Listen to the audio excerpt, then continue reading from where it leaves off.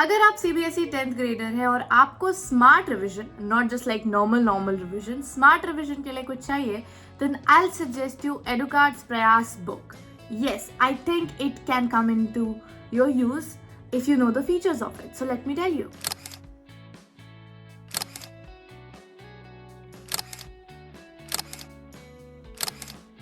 Recently, हर साल जैसा होता है, there is always some book or the other being released by Educard, but इस बार प्रयास book आया है that is strictly supervised by Prashant sir and Digraj sir himself.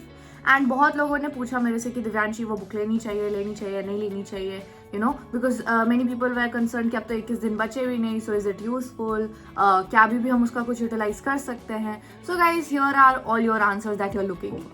21 दिन बचे तो नहीं, लेकिन इसका ये मतलब नहीं कि बुक यूजफुल नहीं है, because book contains repeated PYQs and most important questions. वो चीज जिस पे आपको 100% अटेंशन देना है ना, वो सारे के सारे क्वेश्चंस बुक में प्रेजेंट है.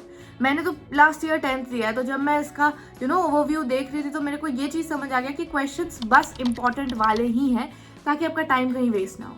मेरे अकॉर्डिंग मेरा बेस्ट फीचर जो मुझे इस बुक में लगा वह है pull out feature. Yes, important pages को आप पुल आउट कर सकते हो and then use it for your revision. Third, as I already said, PYQs that will help you understand कि पिछले साल कैसा पैटर्न रिपीट हुआ, and only very important PYQs are present. मतलब ऐसा नहीं कि अब बहुत साल पहले का कोई PYQ आ गया, नहीं.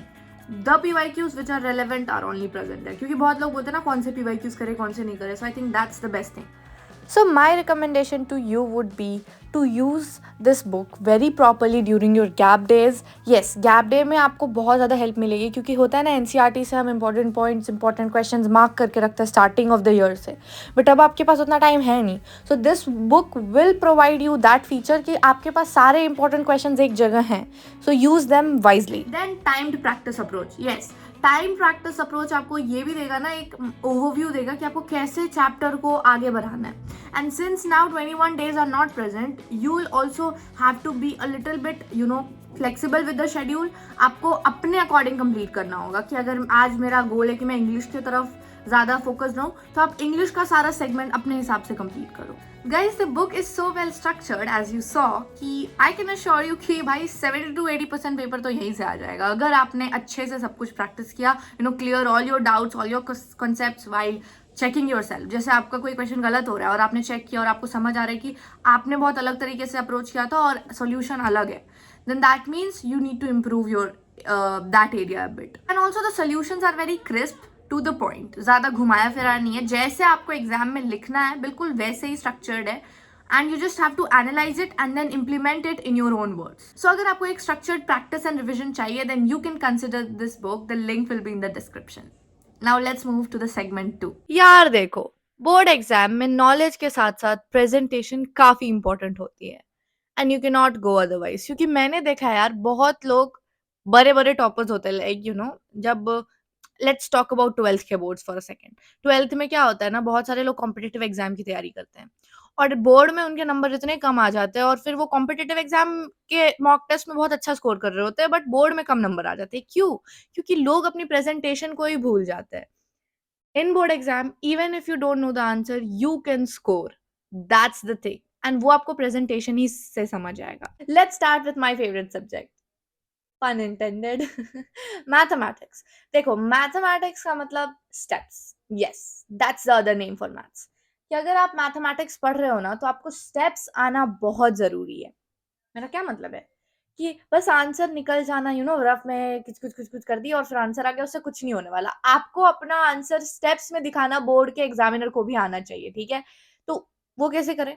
सबसे पहले तो step wise answer writing for full marks. Obviously math में स्टेप मार्किंग होती है, तो even if final answer wrong हो जाए, अगर स्टेप सही है तो मार्क्स मिल सकते हैं. मेरे साथ जैसा हुआ है वैसा आपके साथ भी हो सकता है. यस, बेस्ट प्रैक्टिस है स्टेप वाइज आंसर लिखें. यस, हर कैलकुलेशन को प्रॉपर स्टेप में लिखना बहुत जरूरी है. अगर प्लस भी कर रहे हो तो पेपर पे ही करके दिखाओ, माइनस भी कर रहे हो तो पेपर पे ही करके दिखाओ. लेकिन इसके साथ एक कैच है, बहुत क्लियरली करना है. 10 जगह काटोगे, एग्जामिनर को गुस्सा आएगा और तुम्हारे नंबर कटने के चांसेस बहुत बढ़ जाएंगे. तो पहले क्या करो, रफ, अगर अगर तुम कंफ्यूज हो आंसर को लेके, रफ में सॉल्व करो, उसी को फेयर में छाप दो. यस, फॉर्मूला बॉक्स में हाईलाइट करें, बहुत इंपॉर्टेंट है. एक्चुअली मैं मैथ वाला जो वीडियो बना रही हूँ उसमें भी ये चीज मेंशन्ड है। बस यही डिफरेंस है कि उसमें बेस्ट रिसोर्सेज, फिर टाइम मैनेजमेंट, ये सब भी मैंने बताया, बट यहाँ पे बस पेपर राइटिंग का बात चल रहा है। यस, डायग्राम्स प्रॉपरली बनाए, वेरी इंपॉर्टेंट।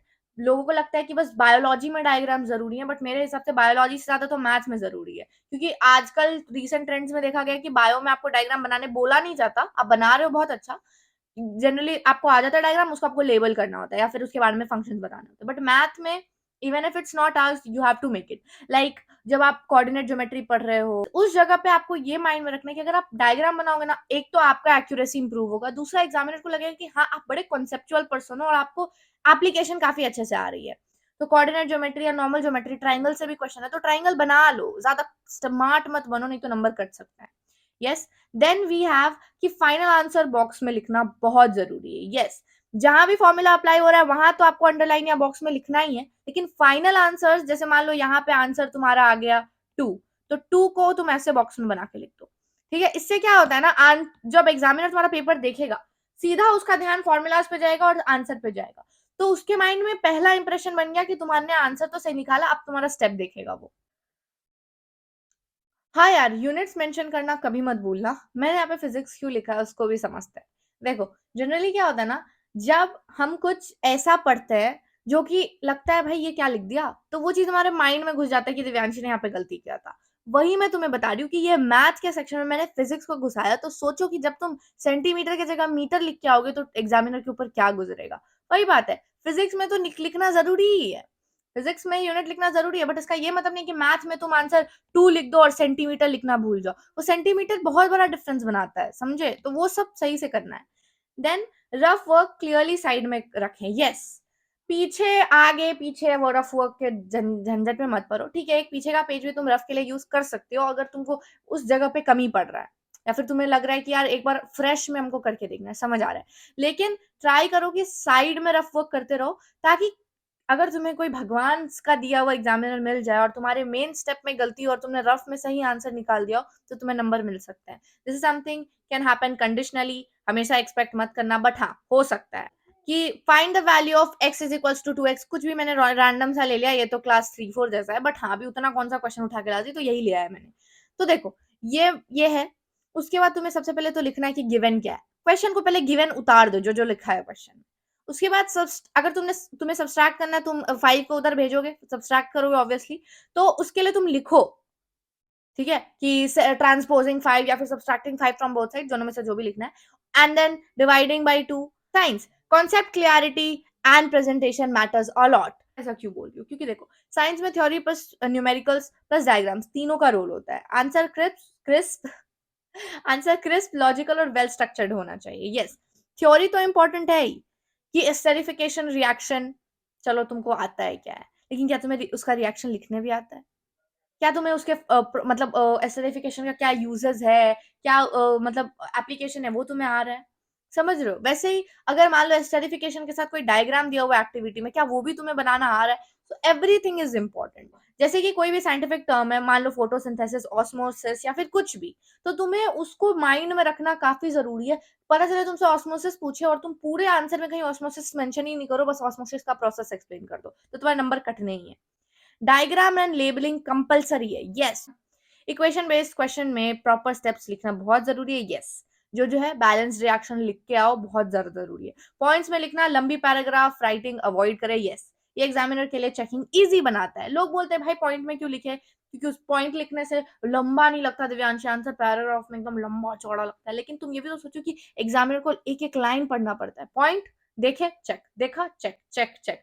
पॉइंट में एक और बहुत बड़ा बेनिफिट होता है ना, कि तुम जब वर्ड लिमिट थोड़ा एक्सीड भी करोगे ना, वो उतना विजिबल नहीं लगता, लेकिन पैराग्राफ में तो पता ही चल जाता है कि अरे तुमने 200 वर्ड को 400 लिख दिया हुआ है। मान लो तुम्हें 3 पॉइंट आते हैं किसी आंसर के, तो तुम 3 पॉइंट सबसे पहले जो जो एनसीईआरटी से रिलेटेड या जो जो मोस्ट इंपॉर्टेंट है वो लिखो, फिर दो चौथा और पांचवा पॉइंट तुम कुछ भी अपने मन से चिपका सकते हो।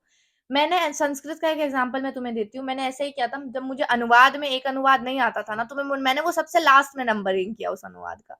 मुझे पता था कि एग्जामिनर अगर 4 चेक करेगा और सही उसको दिखेगा तो वो खुश हो जाएगा, और पांचवा अगर मान लो मैंने थोड़ा सा भी ग्रामर गलती कर दिया तो मुझे नंबर मिल सकता है, उसका भी 1 नंबर दे सकता है वो। तो ये चीज है, मास्टरमाइंड यूज करो, ठीक है। डेफिनेशंस वर्ड टू वर्ड लिखे, मैंने पहले भी बता दिया कि जो एनसीईआरटी या सिलेबस का डेफिनेशन है उसको सेम लिखना बेस्ट रहता है। एग्जाम्पल्स इंक्लूड करें, यस, अगर किसी साइंटिफिक प्रिंसिपल का एग्जाम्पल लिख सकते हो तो जरूर लिखना, कभी मत भूलना। हाँ, अब इसका क्या मतलब है, जैसे मान लो तुम्हें डबल डिस्प्लेसमेंट पूछा, तो डबल डिस्प्लेसमेंट में अगर केमिस्ट्री में दिया हुआ है कुछ कंपाउंड्स, कुछ लिखा हुआ है वहां पे, तो वो भी लिखो, वो रिएक्शन भी लिखो। So that's what examples are very very important. देखो, एक्सप्लेन प्रोसेस ऑफ फोटोसिंथेसिस, मान लो क्वेश्चन है, तो तुम्हें आंसर का फॉर्मेट क्या होना चाहिए वो देखो। ये एक्चुअली बायो, केमिस्ट्री, फिजिक्स तीनों में एप्लीकेबल है, लेकिन बायो से करके दिखा रही हूँ क्योंकि बायो में ज्यादा लंबे और अच्छे चौड़े आंसर होने चाहिए। देखो, पहले तो तुम डेफिनेशन लिखो, फिर इक्वेशन लिखो जो कि बुक में है, फिर क्लोरोप्लास्ट ड्रॉ करना है क्योंकि वो डायग्राम है एनसीईआरटी में, राइट। उसके बाद तुम स्टेप्स लिखो कि पहले लाइट अब्जॉर्प्शन होता है, वाटर स्प्लिटिंग होता है, ऑक्सीजन रिलीज होता है, ग्लूकोज फॉर्मेशन होता है, ये सब। यार एक चीज है जो बहुत इंपॉर्टेंट है, तुम्हें माइंड में रखना है कि वो जो सेक्शन ए होता है उसमें जब तुम फर्स्ट का मान लो डी है, वो लिखा तुमने, तो डी में क्या लिखा हुआ है वो भी लिखो। ऐसा इसलिए मैं बोलूंगी, दो रीजन है। एक तो कभी कभी रेयर टू रेयर चांसेस होता है कि आंसर की में गलती होता है थोड़ा सा, ये तो पॉसिबल नहीं है, बट इससे ज्यादा है कि ह्यूमन एरर जिसको हम लोग बोलते हैं, हो सकता है एग्जामिनर कभी डी को माइंड में सी सोच के गलत कर दे। इसलिए अगर तुम लिखोगे तो एकदम छप जाएगा कि हाँ भाई तुमने सही लिखा था। और खुद भी लिखते टाइम ऐसा होता है ना कि कभी कभी डी सोच रहे हो लेकिन कुछ और लिख दिया। मैंने तो किया था साइंस में, जब मैंने रिवीजन के लिए पेपर चेक किया, दो जगह मैंने गलत आंसर लिखा हुआ था। सोशल साइंस में, सोशल साइंस वाले वीडियो में मैंने काफी ज्यादा अच्छे से एक्सप्लेन कर ही रखा था, बट फिर भी for the sake of this video मैं एक बार और बता देती हूँ तुम लोग को कि पहले इंट्रो दो कि क्वेश्चन क्या कह रहा है, ओके। जैसे मान लो यूनिफिकेशन ऑफ इटली, तो व्हेन डिड इट हैपन, ऐसा करके, फिर बॉडी में कि क्या क्या हुआ यूनिफिकेशन में, फिर कंक्लूजन कि उससे दूसरे देशों पे क्या इम्पैक्ट पड़ा। Key facts, dates, names and terms, इसको अंडरलाइन करें, और जैसे कि वॉर, ट्रीटीज, रिवॉल्यूशंस और इंपॉर्टेंट इवेंट्स के नाम हाईलाइट करना है। जैसे जैसे फ्रेंच रिवॉल्यूशन है तो तुम्हें उसको दो बार नीचे से अंडरलाइन करके फिर उसके बारे में लिखो। यस, नाउ पॉइंट्स एंड सब हेडिंग्स। यार किसी और सब्जेक्ट में तुम पैराग्राफ लिख भी दो, लेकिन कभी ये गलती सोशल साइंस में मत करना। एक तो सोशल साइंस के टीचर्स कुछ अलग ही टाइप के होते हैं, उनको चाहिए points, they want to eat your points, literally they are so desperate about कि पॉइंट में लिखो, मुझे नहीं पढ़ना है इतना। एक चीज मुझे लगता है इसका रीजन क्या है कि यार टीचर बोर हो जाता है पैराग्राफ रीड करते करते करते। सोचो यार, तुम्हारे लिए वो एक पेपर है, बट वो इंसान कितना चेक कर लिया है। अगर तुम पॉइंट में लिखोगे, थोड़ा अच्छे से सजा सजा के लिखोगे, थोड़ा अपनी क्रिएटिविटी भी लाओगे, एसएससी में क्रिएटिविटी थोड़ी लाने के लिए तुम्हें कोई नहीं रोक रहा, थोड़ा सा क्रिएटिविटी बाहर भी लाओगे तो एग्जामिनर को लगे इस बच्चे को आंसर अच्छे से आ रहा है। सो इसीलिए पहले सब हेडिंग दो, मतलब हेडिंग दो, फिर उसको सब हेडिंग दो, फिर उसमें तुम और हेडिंग्स भी ऐड करके अपना आंसर लिख सकते हो, ठीक है। और मैप्स और डायग्राम्स, ज्योग्राफी का यूज करना बहुत जरूरी है। एग्जाम्पल्स इंक्लूड करना भी बहुत इंपॉर्टेंट है, लाइक रियल लाइफ एग्जाम्पल्स, उससे मार्क्स बढ़ते हैं। You know when we talk about unemployment, तो उसमें अगर एग्जाम्पल है कोई बुक में तो तुम उससे भी दे सकते हो। जब तुम मेंशन करते हो ना कि this crop is grown in Haryana, in Punjab, in Bihar, now history से एग्जाम्पल लेते हैं। So look at this picture and you'll understand how your entire order of writing should be while writing answer from anywhere in social science. Literature answer में directly question का answer दे, लंबी कहानी लिखने की जरूरत नहीं है। मेरी सबसे बड़ी गलती, कुछ जरूरत से ज्यादा मत करो, जितना तुम्हें पूछा जाए उससे थोड़ा सा वो इंग्लिश का सॉल्ट देके लिखना है, ठीक है। वो मैं बताऊंगी आगे कैसे। Now keywords and literary device mention करना काफी इंपॉर्टेंट है। यस, इवन स्टोरीज में अगर कहीं मेटाफॉर यूज हुआ है तो तुम उसे मेंशन करो। नाउ राइटिंग सेक्शन में प्रॉपर फॉर्मेट फॉलो करना, हाँ भाई कर लेना। मैंने लेटर में बहुत बड़ी ग्रेट थी मैं ना बहुत अच्छे से मेहनत करके गई थी लेटर का, क्योंकि I swear to God till this date मुझे लेटर, एप्लीकेशन, ये सब का फॉर्मेट नहीं याद हुआ है। मैं पता नहीं मैं कितना भी कर लूं, मैं अपने फ्रेंड से लिखवाती थी, स्कूल में बैठ के मैं लिखवाती थी एप्लीकेशन, और या फिर कॉल करती थी कि प्लीज एप्लीकेशन मेरा फॉर्मेट दे दो। मुझे इतना ज्यादा घबराहट होता था लिखते टाइम, लेकिन मैं बहुत अच्छे से प्रैक्टिस करती थी बोर्ड में। बट फिर भी मैंने सब्जेक्ट छोड़ दिया लिखना और मैं पूरा लेटर लिख दी। तो मैंने तो सब्जेक्ट लिखा ही नहीं, लाइन भी नहीं छोड़ा। इसलिए मैं बोलूंगी कि दो दो लाइन छोड़ो, कहीं गलती से कुछ मिस आउट हो जाए तो तुम लिख सकते हो। बॉडी में लाइन मत छोड़ना, बट जैसे डेट फिर थोड़ा लाइन छोड़ के ऐसे करके दो लाइन। मैंने फिर सब्जेक्ट बीच में छुप घुसाया था, बट उसके लिए नंबर तो मेरे कटे ही होंगे क्योंकि वो पूरा फॉर्मेट रूइन कर दिया था मैंने। नाउ ग्रामर में एक्यूरेसी का ध्यान रखना। Now short and crisp answers लिखे। Now see this is a question, literature से, how did Nelson Mandela describe freedom in his speech? So Nelson Mandela described freedom as a fundamental right of every individual. In his speech, he emphasized that freedom was not just political independence but also personal and societal equality. He mentioned that he realized the value of freedom when he saw his people suffer under racial discrimination. अब देखो, तुमको एक चीज बताती हूँ, तुम बोलोगे दिव्यांशी मुझे इतने ये लंबा वर्ड तो आएगा ही नहीं, रेशियल डिस्क्रिमिनेशन, तो रेसिज्म लिख दो। मैं ये थोड़ी बोल रही हूँ कि यही छाप के आना है। मान लो पॉलिटिकल इंडिपेंडेंस तुम्हें नहीं आ रहा है, so he emphasised that freedom was not just about politics but also about how a person felt socially. Nelson Mandela एक ऐसा चैप्टर है ना जिसके अंदर वो थोड़ा हिस्टोरिकल पर्सपेक्टिव से चलता है, तो उसके अंदर तुम क्रिएटिव आंसर्स बहुत अच्छे से लिख सकते हो अगर उससे क्वेश्चन आता है तो। और एक और चीज़, मान लो कभी तुमने कुछ आंसर लिख दिया और तुम उससे सैटिस्फाइड नहीं हो, तो उसके लिए try using words that are additive in nature, जैसे कि we can also say that, और फिर तुम अपना वो पॉइंट्स लिख दो जो तुम पहले नहीं लिख पाए, या फिर एंड इन एडिशन टू, ऐसे करके। समझ आ रहा है? तो लाइक एडिटिव वर्ड्स यूज कर सकते हो एंड में, अगर तुम्हें कुछ भी ज्यादा ऐसा लग रहा है यार ये लिख देते ना तो थोड़ा और अच्छा होता। मान लो ये तुम्हारी बोर्ड की कॉपी है, मैं इसको हॉरिजॉन्टल बना रही हूँ।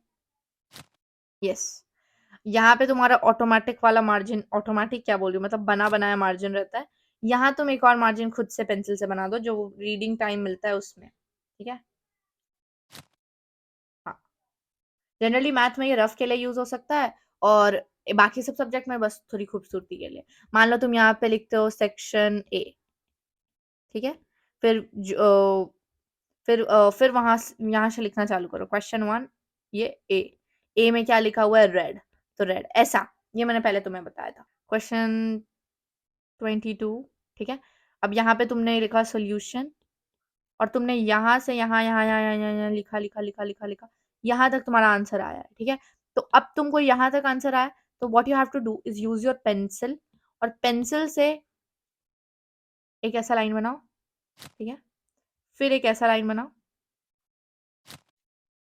और फिर यहाँ से क्वेश्चन नंबर 23 लिखो। समझे? तो फिर तुम्हारा ये पूरा एक सेक्शन हो गया, ये एक सेक्शन हो गया, तो वो काफी नीट लगता है। Hey guys, so I hope आपको वीडियो अच्छी लगी हो, and you can also check out my other videos as well. Yes, जो कि मैंने 10 ग्रेडर्स के ऊपर बनाया था। Also I have shared one time table in my previous video, जो कि एक व्लॉग था actually, but you can check out the time table which will be in the description of that video. Yes, also like करके आना video को यार, your girl needs your support.